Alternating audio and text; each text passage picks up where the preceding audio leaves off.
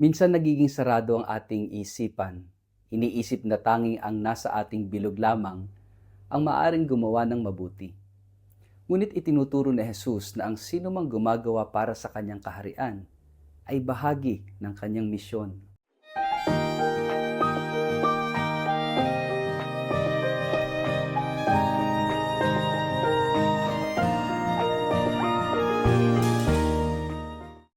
Ang mabuting balita ng Panginoon ayon kay San Marcos. Sinabi sa kanya ni Juan, "Guro, nakakita po kami ng isang taong nagpapalayas ng mga demonyo sa pamamagitan ng inyong pangalan. Pinagbawalan namin siya dahil hindi natin siya kasamahan." Ngunit sinabi ni Jesus, "Huwag ninyo siyang pagbawalan, sapagkat ang taong gumagawa ng himala sa pamamagitan ng pangalan ko ay hindi magsasalita ng masama laban sa akin pagkatapos gawin ito, sapagkat ang sinumang hindi laban sa atin ay panig sa atin." Ang mabuting balita ng Panginoon. Word of the day, hear what God has to say. Mapagpalang araw po sa inyong lahat. Kumusta po kayo? Ang ating pong word of the day ay inclusivity. Maririnig po natin sa ating gospel ngayong araw na ito yung pagiging inclusive ng ating Panginoon Jesus, na ang lahat ay welcome sa Kanya as long as hindi laban sa Kanya. Sabi niya, ang hindi laban sa atin ay panig sa atin. On the contrary, makita natin yung exclusivity ng mga alagad ni Jesus. Nakakita sila ng isang taong nagpapagaling o nagpapalayas ng masamang espiritu sa pangalan ni Jesus. Pero pinagbawalan nila. Bakit? Ano ang dahilan? Sapagkat hindi siya kasamahan. Hindi isa sa mga alagad o hindi isa sa mga disipulo ni Jesus. Kaya pinagbawalan nila para bang, wag mong gagamitin ang pangalan ni Jesus. Sapagkat hindi kanya disipulo, hindi kanya alagad. Kami lang ang may karapatan na gawin yan sa pangalan ni Jesus. Sapagkat kami yung pinili. Makikita natin dito yung masyado silang exclusive. Pero pinagalitan sila ni Jesus. Proud pa sila na ikwento ito. Si Juan na ikwento ito kay Jesus. Pero ano ang tugon ni Jesus? Ayun, napagalitan. Huwag niyo siyang pagbawalan, sabi ng Panginoon. Sapagkat kung siya'y hindi laban sa atin, siya'y panig sa atin. Mahalaga itong sinasabi ng ating Panginoon. Makita natin dito yung laki ng puso at kalooban na Jesus na siya ay para sa lahat.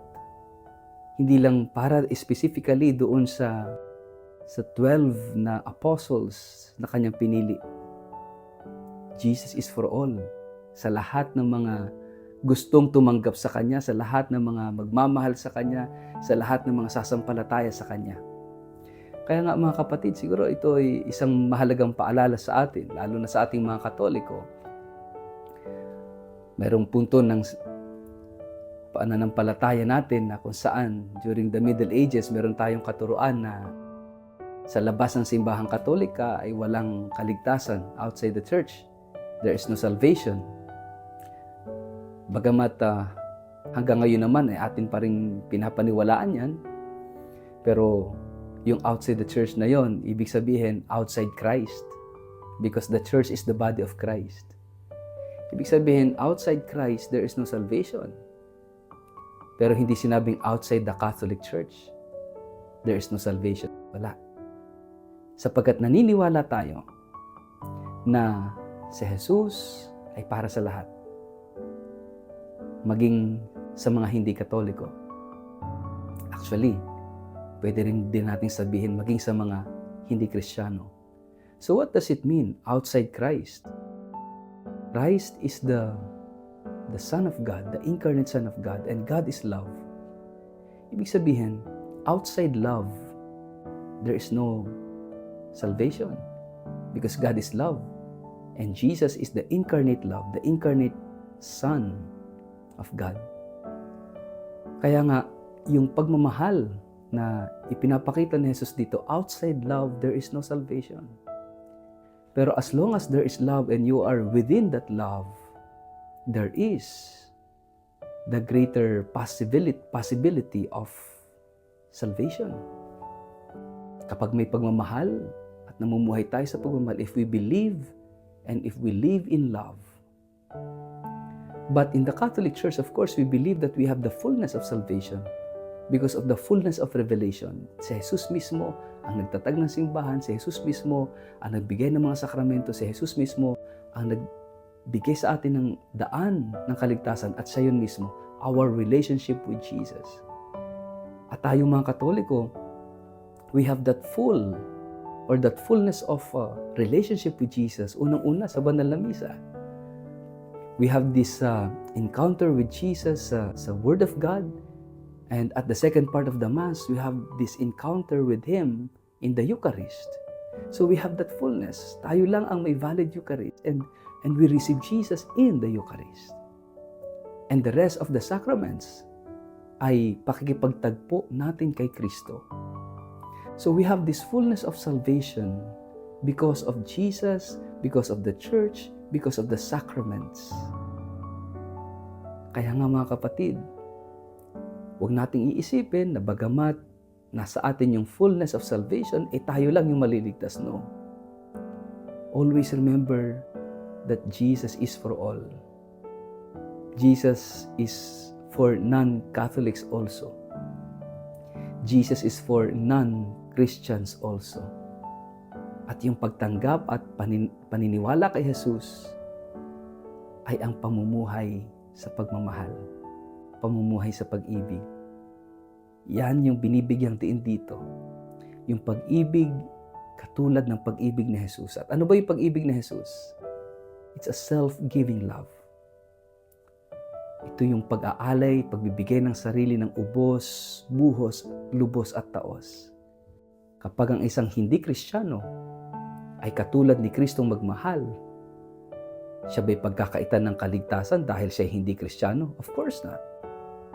Kapag ang isang hindi Katoliko ay katulad ni Jesus kung magmahal, siya ba'y pagkakaitan ng buhay na walang hanggan dahil siya hindi Katoliko? Of course not. Mababaw na paniniwala yun.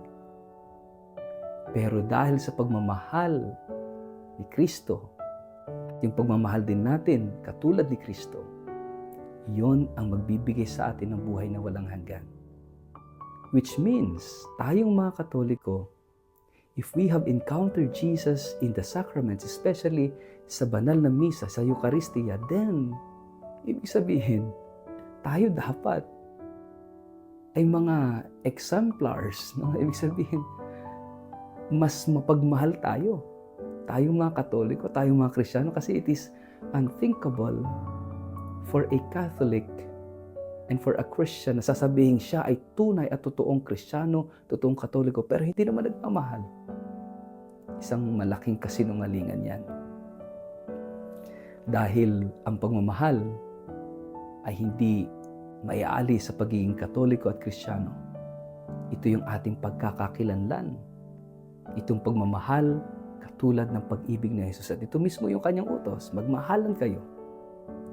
And they will know that you are my disciples if you have love for one another. Yon ang pagkakakilanlan natin.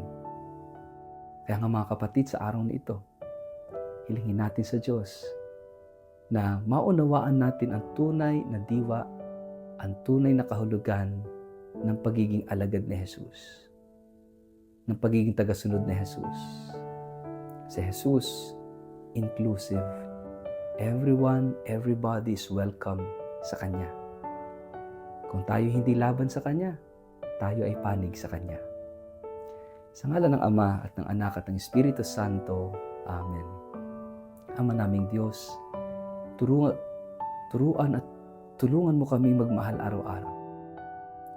Hayaan mong lumago kami at lumalim sa aming pakikipag-ugnayan sa iyo sa pamamagitan ni Jesus na iyong anak at sa kapangyarihan ng Espiritu Santo.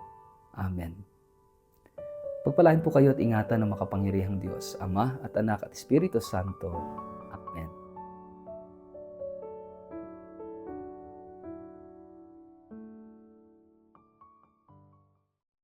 Mga kaibigan, inaanyayahan ko kayo na sumama sa akin sa isang pilgrimage sa Eastern Europe mula May 20 hanggang June 5 ngayong taong ito. Bibisitahin po natin ang Switzerland, Liechtenstein, Hungary, Slovakia, Germany, Czech Republic, Poland at Austria.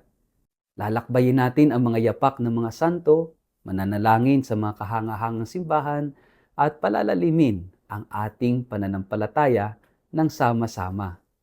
Higit pa po ito sa isang paglalakbay. Ito ay isang espiritual na karanasan.